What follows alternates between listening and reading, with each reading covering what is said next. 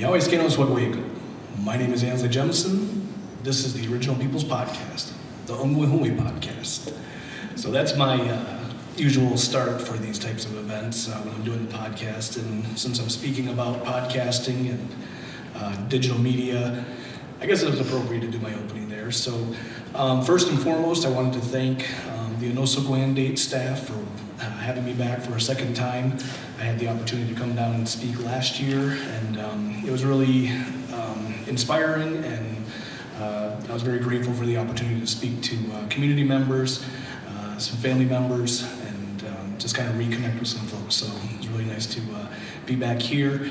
And I have to say that shout out to Hayden and all his staff as well. The museum, the cultural center here is really coming together.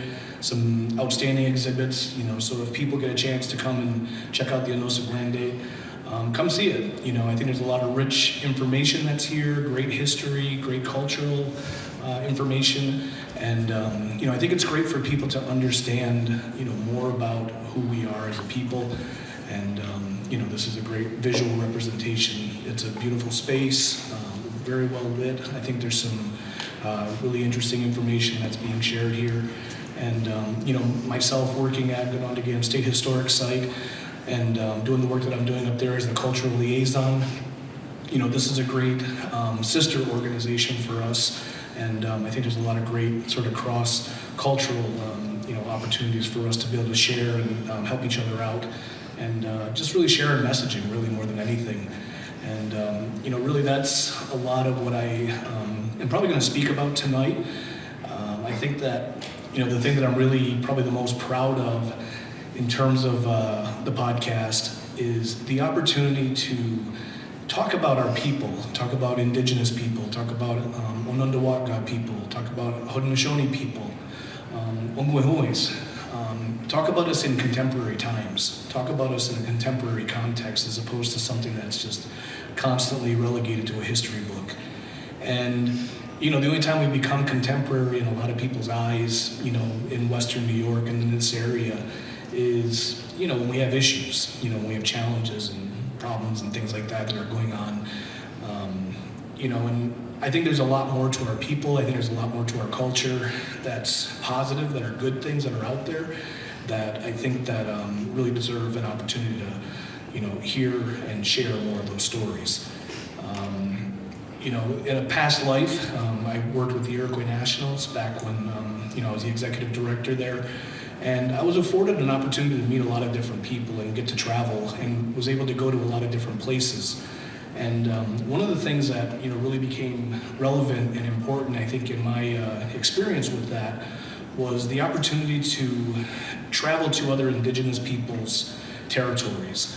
And to be able to do, something that is a part of our traditional practices and something that was, done and has kind of gone a little bit by the wayside is the edge of the woods, and having the opportunity to do a traditional greeting with somebody and to actually meet with people and meet on our terms, and oftentimes when you go to universities or, corporations or different places around, there's now this sort of trend around doing the land acknowledgements and things like that. And I've been kind of pushing back against the land acknowledgements in a lot of ways, just because I don't feel as though they're honoring in a lot of ways. I feel as though they're kind of doing more harm than good at times. I think it's a great conversation starter, but if there's no meat behind that and there's no opportunity to kind of have dialogue around the significance of displacement or maybe sort of land theft and things like that, then what are we all doing? It's like, yeah, we took your stuff and we're not going to do much about it, but we just want to acknowledge the fact that we're now here and there it is. And so some of the work that I've been doing at Onöhsagwë, and it was in place prior to my arrival there, but it was really important, I thought, to rekindle the idea around the edge of the woods. And essentially what it would be and what that is, when somebody would come and have an audience with a village or a community or something like that, rather than coming up and knocking on the door and kind of, obliging themselves to the community, they would set up a fire at the edge of the woods and they would let people know that, we want to have an audience with you all, we want to speak with you all. And, so we would have a process and there's sort of a protocol around that. And I think it's important to kind of look back at those types of things and really think about what it means to have a traditional greeting or some sort of a greeting with people and have reciprocity involved and kind of seeing each other as human beings when we're talking to one another. And oftentimes when I'm doing the podcast, what I'm trying to find is what's important about this person that we're talking to? What's the interesting piece about this person that we're talking to? And they could be somebody who's just a bead worker or somebody who's a basket maker or somebody who, maybe people don't think are, really important people in a lot of ways or kind of outstanding people in a lot of ways. But really, when you think about the transfer of knowledge, the transfer of information, the learning that went into this person's craft, the ability to know the type of tree that you need to take down, the respect and the reverence for the tree itself and what it's provided in the experience that tree had, and then to take that thing and then to turn it into something beautiful, even more beautiful than was already created there. There's a real beauty in that, and there may be some simplicity into it, when you kind of boil it down in little ways. But then you're also thinking about the person, and what that person does to get themselves in this space. And maybe it's a way of life for them in terms of how they're gonna, make a living for themselves. Maybe it's something they're doing as like a hobby or something like that. But, in a lot of ways, it's something that's culturally relevant. It's important for us. And it's just beautiful to see that people are taking on these roles, taking on these responsibilities to, carry on our culture, carry on our traditions. And so I want to celebrate that and honor that, in a lot of ways. And I think the podcast is a great format for that. You can kind of vary in terms of like the length and the time of that. But also, something that I really appreciate about the podcast, and this kind of ties back into that edge of the woods and the reciprocity piece, is there's nothing like actually sitting in a room with somebody and just spending time. We don't do that as much anymore. I know tonight we're going to do a Zoom, and I'm thankful and grateful for that because maybe more people have the opportunity to, see the presentation and whatever else. But really, for a while when I was doing the podcast early on and starting out, I wanted to kind of reach some broader audiences. I wanted to kind of reach out to some of my friends and folks that I got to know from the West and things like that. And the podcast seemed like a good way to, the Zoom kind of seemed like a good way to do some of that stuff. And also, when I started with the podcast, it was in around COVID times, so, trying to be mindful and being careful around the spread of germs and things like that. The Zoom was kind of an easy thing to do. But really what I started to feel was that those podcasts felt a little bit hollow. They didn't really quite feel as that much of a connection. And I don't do a lot of preparation when I go into the podcast. A lot of times I'm just kind of, I've got a general idea of who the person is, what they do, what sort of things they're interested in, and just naturally being nosy or curious and things like that. I just kind of let the conversation go where it's going to go. And I don't want to be too rehearsed or too scripted or anything like that because I'll end up messing it up, I feel. So as much as I can actually be present and in the moment and actually spend time with that person and get to know and understand who they are, and let them really kind of express, a little bit more about who they are, where they're coming from, and what was their process. How did they get to where they are? That's what's been, really the secret sauce, I think, behind some of that. And so I've kind of been all over the map a little bit, I think, in terms of the types of people that I've talked to. I've had, some really great interactions and conversations with people from, our own territories here in the Northeast and around Haudenosaunee territories. I've got some friends that are out west. I had a person that I met, through, just some Facebook interactions and, social media interactions and things like that. And they were doing a skateboard art show called Pivot. And they were showing this at the Indian Pueblo Cultural Center out in Albuquerque, New Mexico. Excuse me. And I thought it was really amazing. I would love to see something like that. I know it's come to Mohawk territory, but I'd love to be able to see something like that happen, more so across our territories, is using a format and a board, a skateboard, as a place to be able to transmit information, share cultural knowledge and information and things like that. But again, taking it out of like a traditional form of maybe a basket or something like that, but maybe putting it into something more contemporary like a skateboard. Something that can kind of cross, cultures. It's something that could be also like a unifier culturally as well. We're all kind of, people now are skateboarders from all different walks of life and things like that.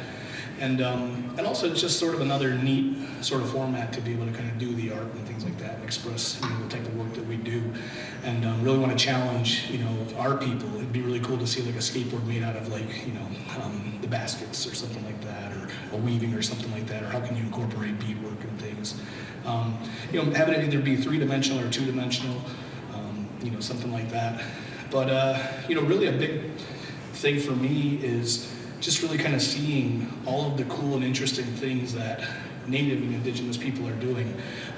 This afternoon I had an opportunity to speak with Maurice today, and he and I have kind of known each other, kind of back and forth here and there and things like that. Haven't had a lot of real interactions and things, but I knew him growing up as a kid, and now to see him as a man and what he's doing, in terms of like his art and his, interest in sort of like digital art and things like that. He's a great follow on Instagram, so if you get a chance to follow him on Instagram, I'll give him a shout out here. He's got some really cool work that's on there. And, we were geeking out about tech stuff today. And, he and I were talking about it, it's like, there's a lot of really great ideas and stories and information within our culture that we have that just hasn't really been shared in a space or in a format where everybody can kind of access it, in a lot of ways. Oftentimes, if you're going to go to, traditional ceremonies and things like that, or, you're going to learn about different stories and things like that, it could be done in a language. And because of no fault of our own, there's been language loss, and there's sort of that lost in translation sort of issue that sort of tends to happen.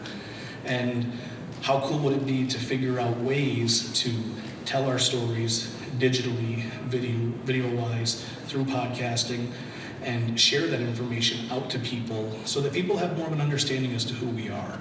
And I think that the podcast lends itself that opportunity because of the long format of it all. It takes a little bit of time to kind of unravel some of these stories, get some of this stuff out there. And, you want to get down and sit down with the right people to be able to tell some of these things. And so I've been fortunate, again, having access and being at a place like Onöhsagwë, or having access to the community, both Cattaraugus, Allegheny, and Tonawanda, and knowing people from those territories and being able to hit them up and ask them questions, And, I think that one of my biggest regrets, having grown up, on territory, was I never really knew what to ask the elders. Everybody's always saying, oh, you gotta spend time with the elders, this and that. Well, I didn't even know what questions I should be asking, and you don't know what you don't know, until you get older and you start traveling a little bit, or, you come across some things and you see something and then somebody asks you about it. Well, what do you guys do in your territory, and, and you have to kind of shift your weight a little bit and feel uncomfortable about it for a minute. But, once you kind of start to get a feel for things and you start to look around, then you're like, oh yeah, we got a really rich history. We have a really rich culture, and there's a lot of things that like I don't know that I already thought I knew a lot about, but in reality, there's always more you can learn. And so selfishly, I wanted to kind of set out and go and figure out like, well, what don't I know? And now having the gift of just being nosy and the gift of gab, I guess, in a way. Utilizing that to be able to like go and ask those questions, go and find out some of those things. Getting over sort of that funniness around like, asking a question or actually sitting with somebody. It's still a little bit more challenging and difficult, I think, to sit down with some of our elders, because some of them don't want to be recorded, they don't want to be, captured in those ways and things like that. But I really just want to implore to them that, please, sit with us, sit with the young people, let us, capture some of this stuff, let us record it. But it also reminds me of something too that I was listening to on my way down here. And, I was listening to this account and recount, I guess, of the Canandaigua Treaty and when that was signed and how that all came together. And Timothy Pickering was the man who was very instrumental in getting our people, the Haudenosaunee people, to come to Canandaigua in 1794. And he started to put the call out, in 93, and a little bit before that. And imagine that this is following the American Revolution, okay, so a little bit of a history lesson. My eyes roll back in my head as soon as I start hearing history, dates, and numbers and things, so I'll try to give you the abridged version and how I kind of deduce some of this stuff so I don't lose you all that are in the room. But following the American Revolution, the United States had won, they chased the British out, right? And so they realized that the Haudenosaunee people were very pivotal and important people that they had to gain as allies because they were still pretty weak. And so the government was pretty poor, they didn't have a lot of resources, they didn't have a lot of things, but they realized that if they didn't make friendships and relations with the Seneca people in particular, but the Haudenosaunee people, that at any given moment, had we sided with another group of people like the Shawnee and things like that, we could have rolled the whole thing and it could have been a much different story today, But that being said, Timothy Pickering was able to get the Haudenosaunee people to come to Canandaigua to talk about a peace treaty. And this treaty was actually sort of this allyship and this idea that they were going to actually one of the very few treaties that actually gives land back to our people, which is pretty amazing. But you have to understand and realize too that treaties can actually be a device, for diplomacy. They could also be a device for dispossession. So they're kind of fraught, and they kind of have sort of they can go either way. They're a little bit wishy-washy. But this was a short treaty. It was only 7 articles that go to it. And Article 3 really kind of speaks to what was going to happen with, Seneca lands and what we were going to have in terms of our resources and our access and things like that. But in thinking about the act of diplomacy and bringing these people together, and you have people, there's a language barrier because you have Haudenosaunee people that are speaking only their language. You have these, the colonizers, the Americans that are here.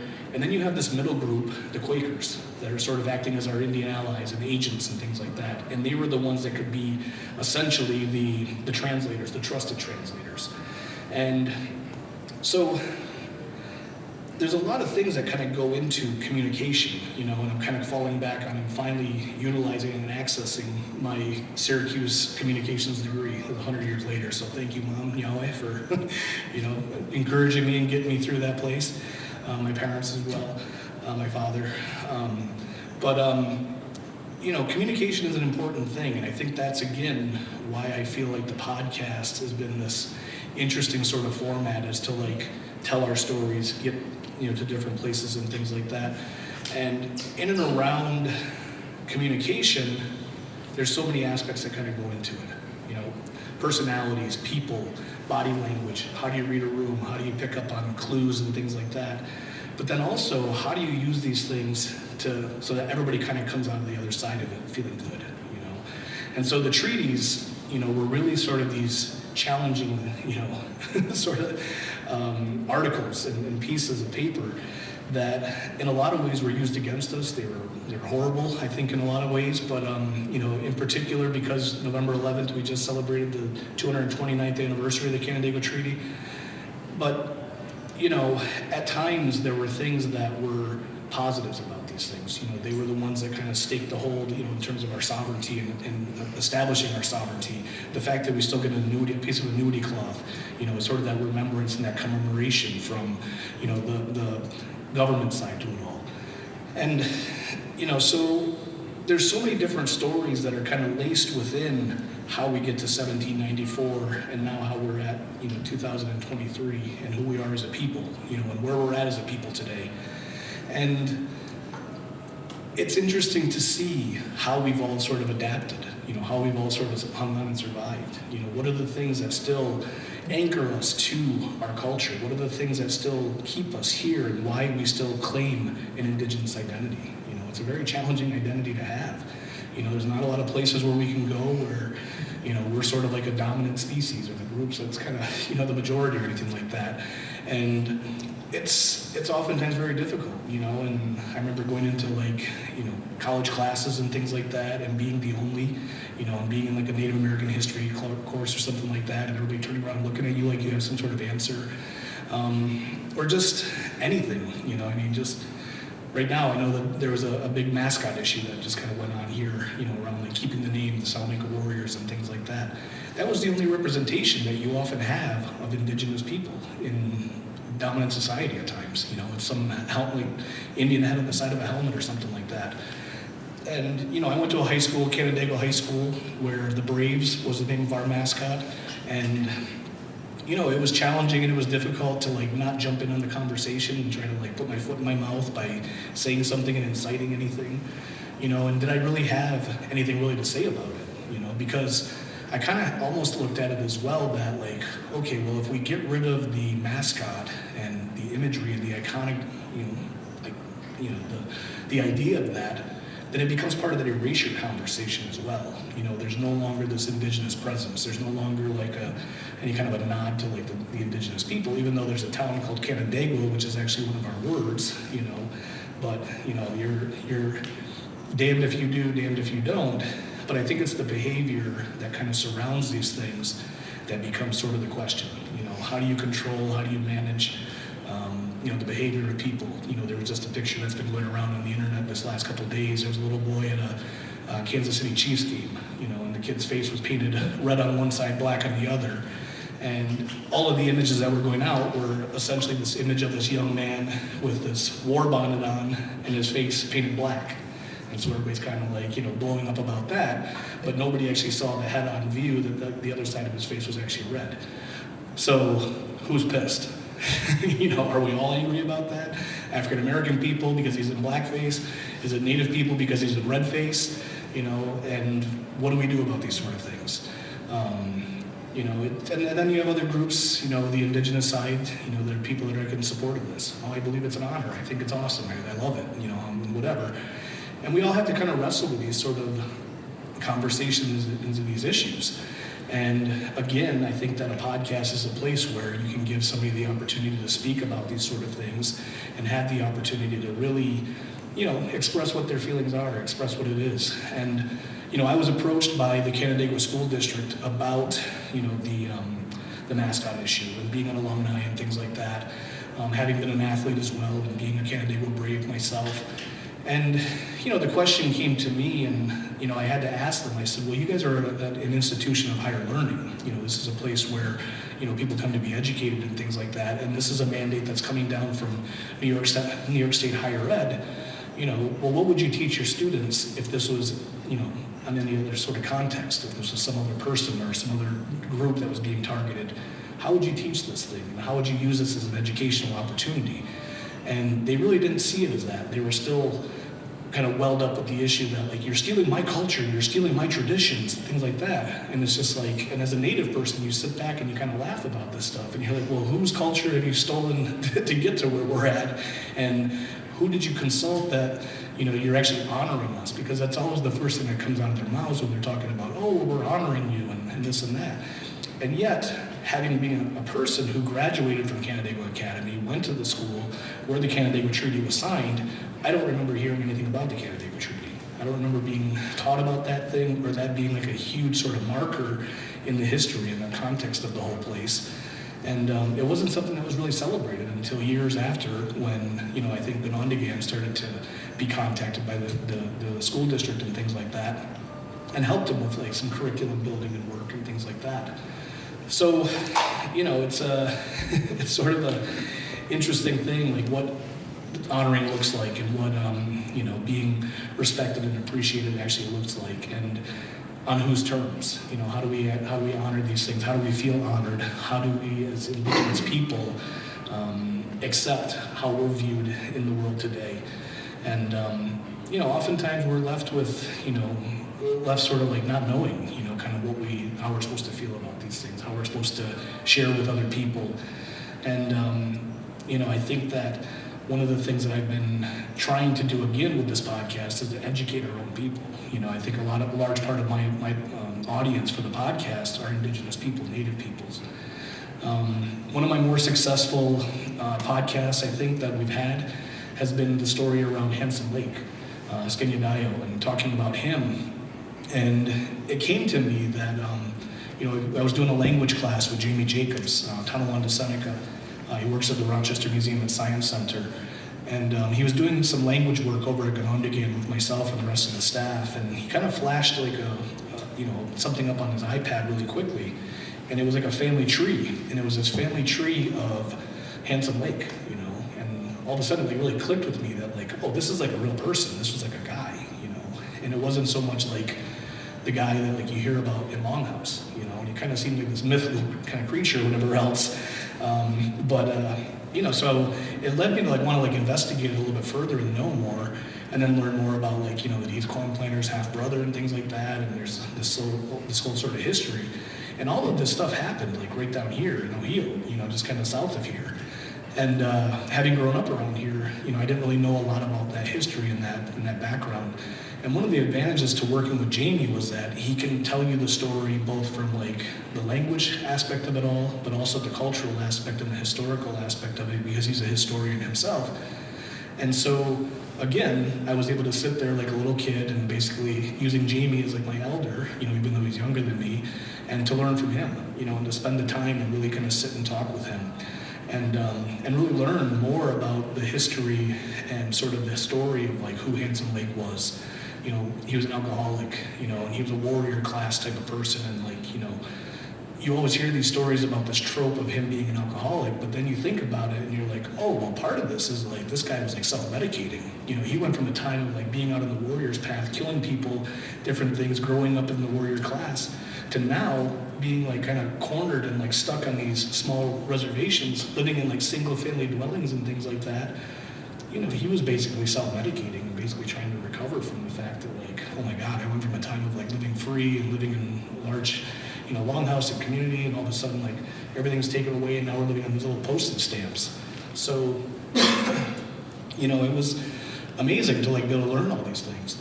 And then later on, we started to talk about the Gaiweo, and his message and his prophecy and things like that. And we're day 2 into the prophecy, and there's actually 2 more days that we have to talk about. And I'm on a parental leave at the moment. We just recently had a little one, and so I'm home for the next 12 weeks. And so we're on a little bit of a brief pause, but we will get back to the Gaiweo with Jamie. And it's been amazing the reach that this thing has had. We've had communities from, maybe Akwesasne and Benuage, different territories and things like that, where they don't really believe in the Gaiweo. They don't really have that sort of connection to the Gaiweo that we do maybe down here. And, and that's okay. But our idea and our thought process around presenting information was to present it in a way that like, you can go and here's what we know about it, here's what we're going to share about it, here's what the language says, so that there's no misconstrued sort of ideas around it, because sometimes often people hear about the Gaiweo and they hear, oh, it's too church, or it's been influenced by, the Quakers and things like that. And Jamie's able to be patient with me, asking a bunch of dumb questions, and kind of, patiently explain, where some of this stuff could be lost in translation or could be kind of confused or lost and things like that. And, I think it's been very impactful for a lot of people. I've gotten, messages and people reaching out to me from these other territories who had disputed or didn't really, want to believe in, the Gaiweo. And I've even had people who were, regular preachers and other people who have, been active in and around the Longhouse and stuff like that reach out and say things to me that, oh, I didn't know that, or wow, I hadn't heard that version, or I hadn't, I didn't remember all that stuff. And so this being sort of a teaching tool and something that has been useful for other people has been amazing, and the responses has been really overwhelming in a lot of ways. It's been overwhelmingly positive, and I think that good, bad, or indifferent, however you want to feel around the Gaiweo, and if you're a Great Law believer, or if you're a Gaiweo believer, all of these messages are really essentially ideas and conversations and ways to like kind of save ourselves and save and retain who we are as a people and what we have left of our culture. And we have to get back to another place and another opportunity to like have this sort of like broader reach where we can all kind of like tap into something again and have some sort of a message that's going to resonate with all of us. We sit back and we watch all of the things that are happening around our communities and things like that, our territories. But even abroad, right now, I wasn't really wanting to kind of broach this too much, but, the Israel and Hamas sort of situation that's happening over in Palestine right now. When I was with the Iroquois Nationals, we had the opportunity to travel to Israel, and it was very complicated, to say the least. We were advised not to go there. We had groups that were Palestinian groups that didn't believe that we should go there. There was a lot of sort of political backlash that we shouldn't go there, and there was a lot of stuff that was happening that summer where there was bombs and missiles and things like that going on. And we were essentially told by the Grand Council that we shouldn't go. The Iroquois Nationals are sanctioned by the Grand Council, and that we shouldn't go to this thing. It's a dangerous place. We can't take 25 of our best men to go there. But they were hosting the World Lacrosse Championships, and they were hosting and playing our game, our medicine game, in Israel. And I felt it was important that we go there. I had been a part of the 2010 team that wasn't able to travel to England because of our passport issue. Israel was willing to recognize our passports. We were able to travel on our Haudenosaunee passports. And, I thought that there were some messages that we could use from our culture that we could share over there that, maybe more people would want to understand and learn about us, And so the first thing I thought of was that, okay, they're playing a medicine game, which everybody is able to rattle off and say, oh, it's a medicine game, this and that. Well, what does that mean? It can be a healing thing. It can be used ceremonially for somebody, who may need, something taken care of for them. But also, it's something that could be used in place of war. It could be something that could be kind of, they could settle disputes and do it in this way. And so that was interesting to me to think about that. Here's all these different countries coming together in a place like Israel to play the game, our game, a game, home to, Turtle Island and originated by our people. And how amazing it is to be able to have the fact that, we're going to be a part of this thing at the world level. And the only indigenous people to be able to travel there. And so, when talking to these Palestinian people who were, I don't know how they got my phone number and whatever, but making idle threats and things like that, I had to explain to them that presence can be protest. As opposed to not going and not being present, then you're taking the indigenous person out of there. So then it's erasure again. And so I said, no, we have to go. We have to be there. And one of the ideas that came to me is something that you have here in the gift shop, is the dish with one spoon, and that concept that was an agreement amongst all of the Great Lakes tribes and the nations, and it's a wampum belt that represents the dish with one spoon, and it's a dish that we're all going to eat from, but we're going to use a spoon, and we're going to take from it what we need and leave enough for everybody else. And so when you think about that, there's some deeper, richer sort of context and some stories that kind of go along with that. It's sort of an environmental sort of, shout out, but it's also maybe even a shout out to maybe, people can all take from a place, Jerusalem. This is where three major religions sort of, have this holy, connection to, Islam, Christianity, and also Judaism. And is there enough there that everybody can take something from it, but leave enough for everybody else? And not realizing that this is a sort of a controversial conversation around two-party states and all those sort of things. But, when you look at, and having been to Israel, it was something to be, standing there at the Wailing Wall, and just kind of looking around and not really having a dog in the fight, because I didn't consider myself a Christian, I didn't consider myself a Jew or anything like that, but having my own spiritual connection to our own culture and ideas.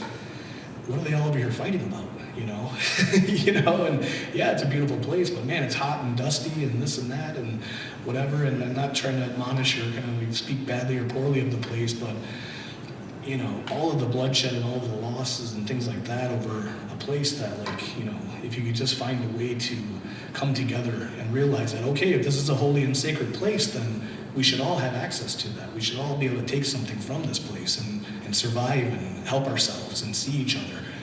And so part of my agreement to, bring the Iroquois Nationals over there was that we wanted to do some sort of a teach-in with these young people. And so they were able to find some Arab kids and some Israeli kids. And we were actually able to do a lacrosse clinic over at a football field that Robert Kraft, the owner of the Patriots, has over there. He's pretty invested in Israel. And he had these football fields in the middle of nowhere, which is the most bizarre place. We're all of a sudden standing in this park at this football stadium in Israel and doing this lacrosse demonstration. But we talked about the dish with one spoon, and we talked about the coming together of the Confederacy and the ideas and these messages of peace and things like that. And, here we are, the heathens of the woods, and these wild savage Indians and things like that, coming with these messages of peace and these ancient old stories in this place that's pretty well written about and pretty well talked about, and the violence and sort of the atrocities that happen around a place that's very religiously significant. And, we were able to kind of share what we knew about, what we understood on Turtle Island and what we were able to pick up from there. And, I just think that there's so much about our culture that's beautiful and rich and important that we need to share out. And when I'm doing the podcast and when I'm sharing information that, kind of toes the line around, sacred stories or, texts and things like that, or, conversations and things like that, I make sure that I'm respectful of the people. And I make sure that I'm, checking in with myself. First of all, is this something I should be talking about? Is this something that's okay? But then also talking to people as well and asking them, like, what do you feel comfortable in talking about? Where do you want to go with this? How do you feel about talking about these sort of things? And, and really kind of leaving it up to them in a way as to like, okay, what do we present? What do we bring out? And how do we help share this information with people? And, so far it's been a pretty interesting project. It's been a lot of fun. And I think it's something that I would encourage more young people to get into. I think that it's another way for them to have connection, to be able to learn and do different things. And I just think that they can certainly probably do it better than I can. Maurice and I, we were kind of laughing and talking about just, we're both really learning and just kind of fumbling around and learning these things and whatever. And, probably some young kid's going to be able to come in and, just be much more tech savvy and good at this thing than we are. But I think just like being able to clear a path and provide that space and that opportunity, but also that encouragement that, there's a lot of important things that you can learn from having these things and these conversations and, get out of the Snapchat world, get out of the, those kind of reels and things like that, the 12-second sort of, clickbait sort of things, but actually really spend time with each other, really spend time with people to learn more. I think that's what's, really important. And, I just feel like in the next year coming back, I get back off of my leave, I've been doing a lot of research, I've been doing a lot of reading, I've been listening to a lot of other podcasts, and I've got a whole lineup and a whole sort of like, idea of thoughts and ideas and things like that I really want to touch on, and I feel like every day, I feel like I'm running out of time. I don't feel like I'm going to have enough time to sit down with all the people I want to sit down and talk to. There's a lot of elders that I'd love to, sit down and talk to and kind of get them to share some more information. I've got 3 guys that I'm going to sit down with, probably in the next couple of weeks here, and they're going to talk about the history and how a place like Onöhsagwë even happened. And it'd be great to be able to sit down and talk about that stuff. How do you carve out a space, an indigenous space within the New York State park system, and what's the significance of that, and how that's become such an educational tool and resource for a lot of different people. A person like Dennis Bowen, who sits in this community. We're going to be hosting here at the Seneca Nation the World Indigenous Suicide Prevention Conference, and I've been a part of the planning committee for that. And some of the things that I've been thinking about that conference is how can this be a resource for our community? Maybe we don't have as many incidents and situations around suicide, but there's been a lot of other high-risk behavior where we've lost a lot of our young people, we've lost a lot of our people in the community. And how do we learn from these things? What sort of resources, what sort of tools can we pick up from a suicide prevention conference? Because how do we, I think some of the opioid epidemic and some of the issues that we're facing that way, it's high-risk behavior that is, on par with maybe suicide and ideologies and things like that, and sort of these, bad feelings about themselves and things like that, or maybe loss of hope at times, And so my plan and my goal is to be able to talk to people and maybe share some more resources, share some more information, and share some stories, and talk to people who have, maybe had suicide ideations or had these, challenging, moments in their lives as to like, what stopped them, what kept them here, what were the things, and how do we share that with somebody else who could be having that same sort of feeling, that same sort of vibe, and maybe help bring them back and save them, and help them to maybe realize that there's so much beauty on this place. I think I kind of glossed over a little bit of the edge of the woods, and it just sort of dawned on me that maybe I should talk a little bit about that because there may be some people who aren't familiar with that. But it's part of a condolence, and condolence, of course, talks about, a passing of a person and things like that. But then it became sort of couched in the concept and the idea of raising a chief, or raising leadership within the traditional systems of the culture and things like that. And one of the first things that they do is that they wipe away the tears from somebody. They take a soft cloth and they wipe away the tears. And when you're grieving, when you're crying, when you're in a hard time and you're having difficulties and things like that, maybe it's you've kind of lost sight of the world around you, the beauty and things like that of the world around you.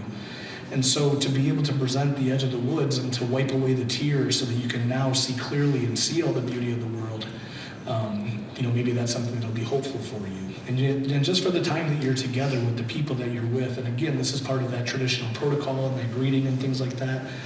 So hopefully stick with me. I'm going to make this, it's going to work, I promise. And then the next thing that you want to do is acknowledge the fact that, this person, again, is going through a hard time. They're struggling, they're grieving. And so there could be, a blockage that they have, and maybe they're sick of hearing people telling them it's going to be okay, and they've lost somebody that was very near and dear to them and important to them. And, so they can't hear anymore. They're sick of hearing the outside and things like that. And so what we'll do is we'll go in and we'll clear out their ears. So that way they're able to now hear the beauty of the wind and hear the birds and things like that, and hear the gentle breezes and the sounds in and around us and things. And hopefully it'll uplift their spirits for that time that we're together, and maybe it's just for that day or whatever that is. And then finally, again, while you're in grieving and while you're in loss and things like that, you have this blockage in your throat and you're not able to speak and convey your message so clearly. And so we're going to offer you a cool drink of water or something like that to kind of unstop that blockage and get that pathway cleared for you. And so then that way you can then communicate again, what the issues may be and what the challenges may be. And so this act of reciprocity, of like wiping away these things and kind of clearing these blockages and things like that, then puts this person back to being a whole person, and now they're fit to welcome them into the community. And we've been doing a camp for young kids up at Onöhsagwë the last couple of years. And we put them through the ceremony of this Edge of the Woods. And we want to empower our young people to realize and recognize that this is a traditional way of greeting people, that they can welcome people and they can now be the teachers. But also we want to clear all of these other issues and challenges away from them so that now they're able to receive messages, receive teachings and things like that. We've done archery with these kids, we've done hiking, we did kayaking, we did pottery making, we did treaty belt, teach-ins and things like that. So really kind of this Edge of the Woods can have a number of different contexts where it can kind of be used in a way that it can help people, who've been grieving or going through hard times and things like that.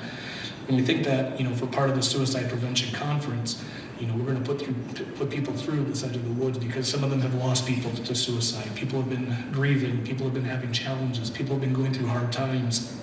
And we all kind of come from that old school mentality of like, suck it up, tough it out, walk it off, whatever, you'll get over it, just kind of work it through and whatever. But I think it really needs to be somebody being intentional about recognizing them as a person, recognizing their pain and trying to be helpful in terms of like this caring touch, this caring, loving touch, and really wanting to, help this person through this difficulty that they may be experiencing at the time. And, so I think that these are things that are good practices. And, I just feel like I've been very fortunate to be able to have the experiences that I've had, being around the teachers that I've had, and now having a platform where I can actually share some of this stuff out. And also, humble myself to the point that sit there and, ask questions and have somebody teach me. I don't have to be the expert. I can kind of be the fly on the wall or sort of that facilitator of a conversation. And, and that's really kind of my goal and my aim for the podcast is like, how do we share more of our information? How do we share more of our stories? How do we clear the air? If there's a lost in translation issue, then how do I find somebody that can, understand the language and can translate it into a way into a context that we can all understand and that we can all kind of help each other out. And, it's been a fun project. It's not something that I make money at. I don't get paid for it. It's part of something that I just brought as part of my job, And it's been something that's been really cool for me. And I've been really appreciative of the fact that people have gotten something out of it. And even just a simple text message or a Facebook Messenger or a post or whatever that is. People sharing, the podcast out when I post them and things like that. And people telling other people, hey, you got to listen to this, And one of the funniest, I guess, sort of things that's come of this was I was speaking to a group of people and just sitting at a round table with some people, and I thought I kind of knew everybody at the table, and then all of a sudden this one woman looked over at me and she goes, "You sound familiar. do you have a podcast? I was like, that was the first time I was ever recognized for my voice as opposed to like my actual face. And I was like, oh, all right. So I guess, I've always told people I have a face for radio. So, it's something that, to be able to have people recognize me for my voice, I think that's some kind of a cool thing. So I certainly appreciate that. And, it's been a lot of fun, being a part of this process so far. And, I'm always looking for more stories, so recommendations and things like that, or if there's somebody that, I should be, talking to or I should be reaching out to and speaking to, like I'm an email away, I'm a Facebook message away. Would love to have somebody on. I'd love to come and sit with you. The cool thing is I've got a bunch of equipment that I can travel with. So I've got the ability to kind of go live on the scene and things like that. I can take my podcast equipment with me. How I got the equipment was through a grant at Cornell University when I was working at Cornell. So shout out to the Office Engagement Initiatives at Cornell University. I was able to buy the equipment that I have now. It's a few years old, but so it's already like a dinosaur in a lot of people's minds. But it works for my purposes, and it's great. And also I got to shout out, my editor, F. Paul Yorio. He's a non-native guy, but he's pretty cool. He kind of gets it when we're talking about things. And it's led me to go from having, just a simple podcast to now doing actually more production and actually making more videos and things like that and trying to do some visual representations of the culture. And so it's really helped me kind of spread my artistic wings in these ways and my creative wings, I guess. I don't really consider myself an artist. That's my father, it's another guy. But I really do appreciate the opportunity to be able to share our stories visually, but really trying to do it from the standpoint of like an indigenous lens, because oftentimes when you see these things or you have these stories and these things out there, there's oftentimes not a lot of indigenous sort of, people operating and doing all the things, and because I'm, kind of a fledgling sort of production company myself, I'm doing everything, I'm running the camera and kind of holding a boom mic and doing whatever it is and, just trying to be as much a part of the whole thing as I can to try to pull off whatever it is that I'm trying to do. But having a great editor and having somebody that's sort of a voice of reason has been something that's been helpful for me. And so F. Paul has been my wingman, and he's been a voice of reason for me at different times. And fortunately, I haven't put us in too many awkward situations. So we've had some pretty good success, and we've really been enjoying the time of the work and things like that we're doing. So I think that's a good place to stop there, but I will open it up to questions if there's any questions for the people in the audience here, but also if there's anybody on Zoom who's actually zoomed in. We do have a moderator here. So, but again, Yahweh, for listening to me and taking some time out of your evening tonight to sit in on this and tune into the Original People's Podcast. It's on Spotify. I believe we're also on Apple Podcasts. You can find us there. So, any questions in the room? Nothing yet? Okay, well, it looks like there's a few people that have zoomed in, so that's cool. I appreciate those people.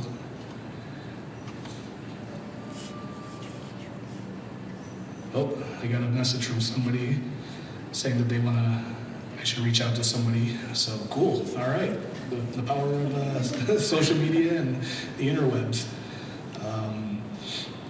And again, I want to thank the staff here, Lisa, Jonathan, Hayden Haynes, for helping set this up. Maurice for helping with the live link, and this is going to be recorded. And I have the honor and I'm the first one of this whole lecture series. It's actually going to go up on YouTube. So again, forgive me. I've said it before. I have a face for radio. So if I'm a little too greasy and shiny, maybe this is like that baloney face in me. I think there's a show that's out on Netflix right now called Fry Bread Face in Me. Well, I can be baloney face in me because I'm a little probably greasy and hot. A little greasy and hot up here on the on the mic. But and also, I got to say, shout out to the museum here for what a setup. I mean, I get to hide behind this cool podium and things like that, and feel very dignitary-like. So it's pretty awesome. But with that, I will say Nyahweh for everybody who's attended, and hopefully you'll find me online. I'm pretty easy to track down. But again, the Original People's Podcast, and also I work at Ganondagan State Historic Site. I'm the cultural liaison there. And I really want to thank them as well for the opportunity to be doing the work that I'm doing and to continue to tell our stories. So with that, Yahweh, Daniel.